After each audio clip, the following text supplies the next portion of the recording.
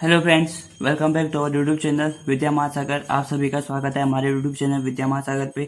आज हम फिर से इम्पोर्टेंट क्वेश्चन की ओर पढ़ेंगे जिनको हम पढ़ रहे थे। हर चैप्टर के इम्पोर्टेंट क्वेश्चन मैंने कहा था कि उनके ऊपर वीडियो आएगी, हर सेपरेट वीडियो आएगी, हर एक अलग क्या कहते हैं इम्पोर्टेंट क्वेश्चन के ऊपर। तो हम वही पढ़ने जा रहे हैं।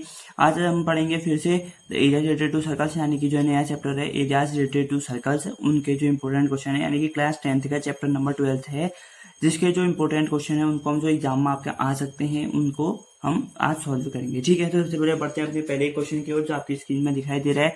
अगर आप इससे पहले की आपने वीडियो नहीं देखी तो आपको जाकर देखिए, आपको प्लेलिस्ट मिल जाएगी हमारे चैनल पे। प्लेलिस्ट नहीं मिल रही है तो आप वीडियो को सर्च कीजिए तो आपको वो भी मिल जाएगी। ठीक है, तो चलिए बढ़ते हैं अपनी वीडियो की ओर। सबसे पहले यहाँ पर क्वेश्चन लिखा है, देखिए the radii of two circles are 8 centimetre and 6 centimetre respectively. यानी कि इसमें क्या कहा गया कि द रेडियाई यानी कि जो उसका त्रिज्या है, जो त्रिज्या है दो सर्कल्स की, दो गोलों की जो त्रिज्या है वो कितनी है, 8 सेंटीमीटर और 6 सेंटीमीटर है। ठीक है, लगातार मतलब कि पहले वाले की 8, दूसरे वाले की 6। ये दो सर्कल है ना, एक सर्कल एक हो गया, दूसरा सर्कल दूसरा हो गया, तो 8 सेंटीमीटर और 6 सेंटीमीटर है। ठीक है, ये कहना चाह रहा है वो। Find the radius of the circle having an equal area to the sum of the areas of the two circle. यानी कि कह रहे हैं कि find the radius of the circle, उस सर्कल की रेडियस निकालो, यानी कि उस सर्कल की त्रिज्या निकालो, हैविंग एरिया इक्वल, जिसका जो एरिया यानी कि जिसका जो वर्ग होगा वो बराबर होगा, to the sum of the areas of the two circle, जिसका क्षेत्रफल बराबर होगा इन दो सर्कल्स के क्षेत्रफल के बराबर। यानी कि 8 का एरिया जितना होगा प्लस 6 का एरिया जितना होगा, 8 यानी कि जिस सर्कल का रेडियस 8 सेंटीमीटर उसका एरिया और जिस सर्कल का रेडियस 6 सेंटीमीटर उसका एरिया, फिर इन दोनों को जोड़ेंगे, वो जो टोटल एरिया होगा वो नए सर्कल का होगा और हमें उस सर्कल की हमें क्या निकालनी है, रेडियस निकालनी है। ये चीज हमें कह रहे हैं, तो हम कहेंगे भाई ठीक है बिल्कुल हम निकाल देंगे। तो चलिए हम पढ़ते हैं अपने सॉल्यूशन की ओर। तो सबसे पहले हम देखेंगे, देखो क्या लिखा है हमने, गिवन, क्योंकि हम चीजें सबसे पहले गिवन से ही शुरू करते हैं। अगर हम गिवन लिखते हैं तो हमें क्वेश्चन करने में इजी पड़ता है कि हमें क्या चीज करनी है। ठीक है, सबसे पहले यहाँ पर गिवन लिखा हमने, रेडियस ऑफ फर्स्ट सर्कल, यानी कि 8 सेंटीमीटर और 6 सेंटीमीटर रखा है। यानी कि पहले सर्कल की क्या हो जाएगी, जो रेडियस है, पहले रेडियस ऑफ फर्स्ट सर्कल यानी कि 8 सेंटीमीटर मैंने R1 मानी। तो एरिया ऑफ सर्कल क्या होता है, सभी को बताया, पाई R स्क्वायर एरिया होता है। तो एरिया फर्स्ट सर्कल निकाला मैंने पाई R1 का स्क्वायर, जब इसकी रेडियस R1 है तो R1 का स्क्वायर इज इक्वल टू पाई 8 का स्क्वायर हो जाएगा। ठीक है, 8 का स्क्वायर यानी कि 8 एरिया कितना होता है 64, यानी कि क्या हो गया हमारा 64 पाई सेंटीमीटर स्क्वायर हमारा एरिया ऑफ फर्स्ट सर्कल, यानी कि जो जिसका रेडियस 8 सेंटीमीटर था उसका एरिया हमारा 64 पाई सेंटीमीटर स्क्वायर आ गया। ठीक है, समझ गए सभी लोग। अब देखिए रेडियस ऑफ सेकंड सर्कल, दूसरे सर्कल का रेडियस, जिसका जो रेडियस कितना है 6 सेंटीमीटर है, 6 सेंटीमीटर रेडियस वाले का 6 सेंटीमीटर जिसका जो रेडियस है उस सर्कल का जो एरिया होगा कितना होगा, देखो इसको हम मान लेंगे R2। ठीक है, 6 सेंटीमीटर कितना हो जाएगा, ये R2 हमने मान लिया इसको। तो एरिया ऑफ सेकंड सर्कल क्या है, पाई R2 का स्क्वायर इज इक्वल टू पाई 6 का स्क्वायर, यानी कि 6 इंटू 6 कितना होगा 36 पाई सेंटीमीटर स्क्वायर आ गया। ठीक है, देखो पहले वाले सर्कल का 64 पाई सेंटीमीटर स्क्वायर आया और दूसरे वाले सर्कल का 36 पाई सेंटीमीटर स्क्वायर हमारा क्या आ गया, एरिया आ गया। अब जब हमारा एरिया आ गया तो क्वेश्चन में हमसे कहा गया है कि जो नया सर्कल है ना उसका एरिया इन दोनों के एरिया के सम के बराबर है, यानी कि इन दो को जब जोड़ेंगे तो उसका नए वाले का एरिया आ जाएगा। ठीक है, तो देखो हमने क्या किया है, हमने यहाँ पर कर रखा है, देखो so sum of first and second circle will be, यानी कि पहले और दूसरे सर्कल का जो सम होगा, सम ऑफ एरियाज ऑफ लिखेंगे, यानी कि जो उनके areas, sum of areas of first and second circle will be, second circles will be क्या होगा 64 पाई। देखो पहले वाले का 64 पाई है, नहीं है 64 पाई है, और दूसरे का 36 पाई है, यानी कि 64 पाई प्लस 36 पाई सेंटीमीटर स्क्वायर बाहर से ये आ जाएगा। तो कितना हो जाएगा, ये 4 प्लस 6 10 होगा, 0 1 कैरी, 6 प्लस 6 9, 9 प्लस 1 कितना का 10। ठीक है, यानी कि 100 पाई सेंटीमीटर स्क्वायर हमारा टोटल एरिया आ गया। अब हमें नए वाले सर्कल की रेडियस निकालनी है जिसका एरिया इतना होगा, यानी कि now let the radius of circle is equal to R।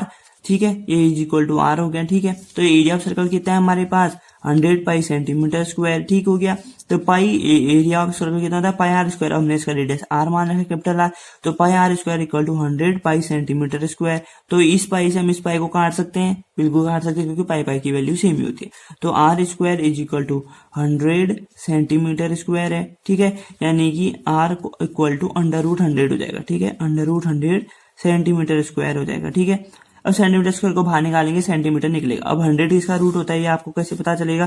जिसको पता है वो डायरेक्टली यहाँ पर r इक्वल टू जो है वो सीधे लिख सकता है, ठीक है। लेकिन जिनको पता नहीं है मैं उनको निकालना बताता हूँ।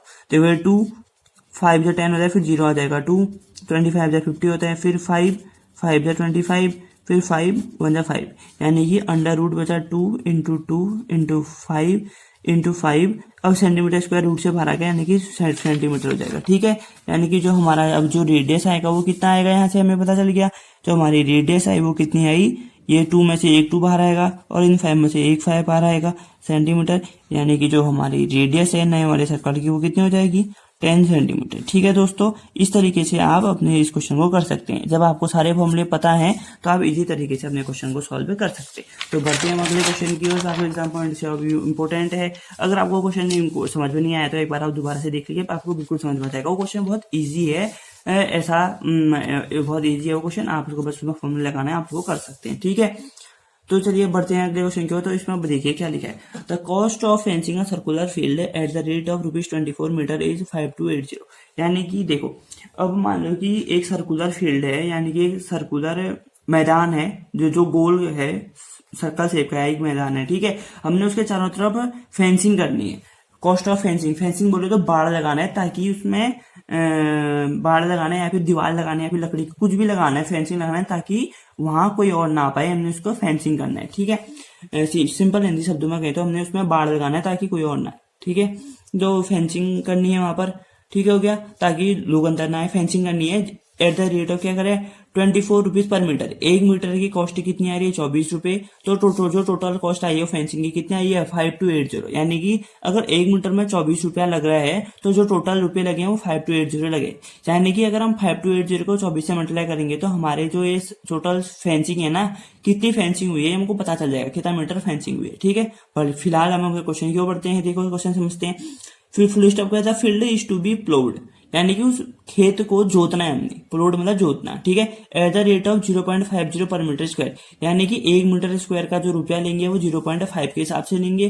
Find the cost of ploughing the field, और हमें जो खेत को जोतने में कितना रुपया लगेगा वो निकालना है। अगर हमारा जो पाई है 22.7, यानी कि जो पाई की वैल्यू है वो 22.7 होगी, तो हमें उस खेत को जोतने का क्या निकालना है, रुपये निकालना है कि हमको उस खेत को जोतने में कितने रुपए लगेंगे, ठीक है। सबसे पहले देखो गिवन है, गिवन लिखेंगे हम कॉस्ट ऑफ फेंसिंग पर मीटर, यानी कि कॉस्ट ऑफ फेंसिंग पर मीटर, ये मतलब कि 1 मीटर को फेंस करने में, यानी कि 1 मीटर में दीवार लगाने में फिर लकड़ी लगाने में कितना पैसा लग रहा है, कितना लग रहा है, 24 रुपए। अब ये 24 रुपए कैसे, यहाँ पे देखो लिखा है ₹24 पर मीटर, यानी कि पर मीटर 24 रुपीज है। और टोटल कॉस्ट ऑफ फेंसिंग कितनी है, 5280, यानी कि देखा लिखा है मैंने total cost of circular field, total cost of fencing, यहाँ पर सॉरी मैं फेंसिंग लिखना भूल गया, आप फेंसिंग लिखिए।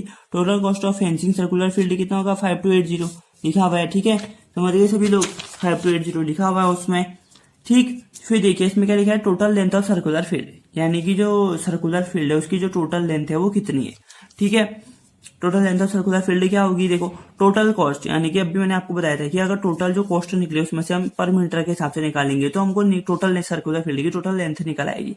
यानी कि 5280.24, ये कितना देखो 4 6 जा 4 1 जा 4, फिर 12 बच गया, 4 3 जा 12, 1280, फिर 6 1 जा 6 2 जा 12, फिर 2 जा 20, यानी कि 220 मीटर आ गया, ठीक है। मैंने आपको समझा भी दिया वो कैसे आया, तो ये 220 मीटर आ गया, ठीक है। तब तो देखो total length of circular field, यानी कि जो सर्कुलर फील्ड की जो टोटल लेंथ है वो कितनी होगी, क्या होगी, वो किसके बराबर होगी, टोटल लेंथ, यानी कि मैंने आपको पहले बताया है सरकमफ्रेंस यानी कि पेरीमीटर। पेरीमीटर क्या होता है, जब भी हम किसी चीज के चारों तरफ चलते हैं ना वो पेरीमीटर, यानी कि जैसे ये पेज है, इस पेज के मैं अगर इस कोने से चल के ऐसे करके नीचे ऐसे करके नीचे तक आऊं, इस कोने तक आऊं, फिर इस कोने से चल के यहाँ से वापस ऊपर को जाके, ठीक है, यानी कि फिर मैं यहाँ से वापस गया फिर इसी कोने तक पहुंचा, तो इसका क्या निकालेंगे, ये पेरीमीटर होगा। मतलब सिर्फ साइड में चल के मैं जहां पर से शुरू हुआ था वहीं पर तक पहुंच गया तो होता है हमारा पेरीमीटर, यानी कि उसका जो चारों तरफ का जो एरिया होता है उसे पेरीमीटर कहते हैं। यानी कि जो हमारी फेंसिंग है वो भी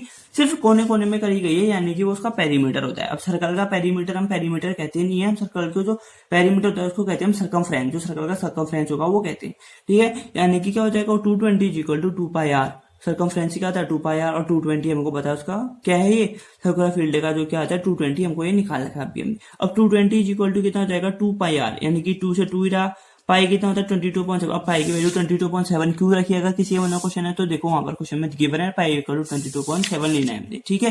पाई इक्वल टू 22.7 जब हम ले रहे हैं तो फिर अब हम इसको सॉल्व करना शुरू कर रहे हैं आगे को। तो देखिए ये है आपका, देखो total length of circular field कितनी आ रही है, फिर 2 पाई आर किया हमने 220 के बराबर, तो 2 इंटू 20 आर, तो 2 से इसको काटेंगे, नीचे से पहले हमने 20 से काटा, 22 1 जा 22 10 जा 220 होगा, नहीं होगा तो 10 आया, 2 1 जा 2 5 जा होगा, ठीक है।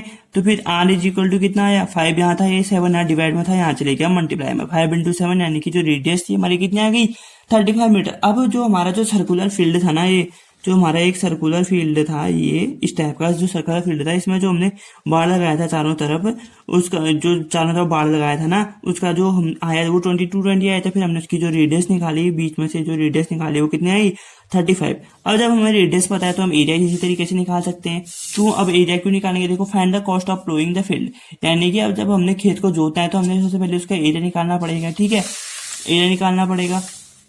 तो चलिए हम एरिया निकाल देते हैं। Area of ploughing 1 metre square कितना इक्वल टू कितना होता है 0.50, यानी कि टोटल कॉस्ट ऑफ, नहीं सॉरी मैंने नेक्स्ट लाइन बोल दी।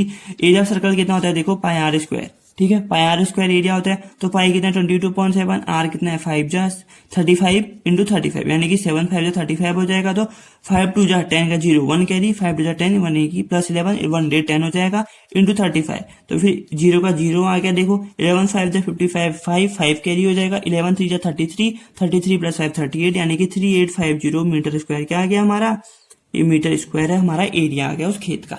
अब हमें क्वेश्चन में दिया गया है एट द रेट ऑफ 0.50 पर मीटर स्क्वायर, यानी कि 1 मीटर स्क्वायर को जोतने के लिए 50 पैसा लेंगे, 50 पैसा लेंगे, यानी कि 0.5 रुपीज देंगे, ठीक है।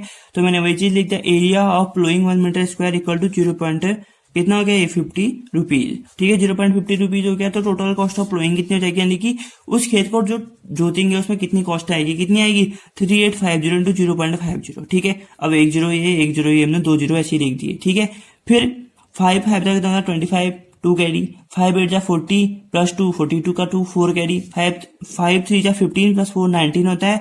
और ये जो पॉइंट ना 2 डिजिट बाद है, यानी कि 1 2 डिजिट में हमने पॉइंट लगा दिया, यानी कि जो टोटल कॉस्ट ऑफ प्लोइंग आया, यानी कि जब हमने खेत जोता उसमें जो टोटल कॉस्ट आई वो कितनी आई 1925 रुपीज आई, यानी कि 1925 या फिर 1925 रुपीज हमारे टोटल कॉस्ट आई, ठीक है दोस्तों। इसी तरीके से हम जो भी हमारे क्वेश्चन आते हैं हम उनको इजी तरीके से कर लेंगे। अगर आपको क्वेश्चन को समझ में आया तो प्लीज हमारी वीडियो को लाइक कीजिए और जब अपने दोस्तों के साथ जितना ज्यादा हो सकता है उतना शेयर कीजिए, ठीक है, क्योंकि आप भी शेयर करेंगे तो उनको भी पता चलेगा और उनको भी अपने पढ़ाई करने में ईजी होगा, ठीक है। तो जितना ज्यादा हो सके उतना शेयर कीजिए, उतनी लाइक कीजिए वीडियो को, कमेंट करके बताएं आपको अगली वीडियो किस टॉपिक पे चाहिए। कमेंट आप बहुत कम करते हैं, प्लीज कमेंट करके बताएं और हमारे चैनल को सब्सक्राइब भी करें जिससे वीडियो सबसे पहले आपके पास आए, ठीक है दोस्तों। मिलते हैं नेक्स्ट वीडियो, तब तक के लिए 2 गज की दूरी, मास्क है जरूरी, अपना ध्यान रखें, घर वालों का ध्यान रखें, आसपास साफ सफाई बनाए रखें, सोशल डिस्टेंसिंग बनाए रखें, मास्क पहनिए।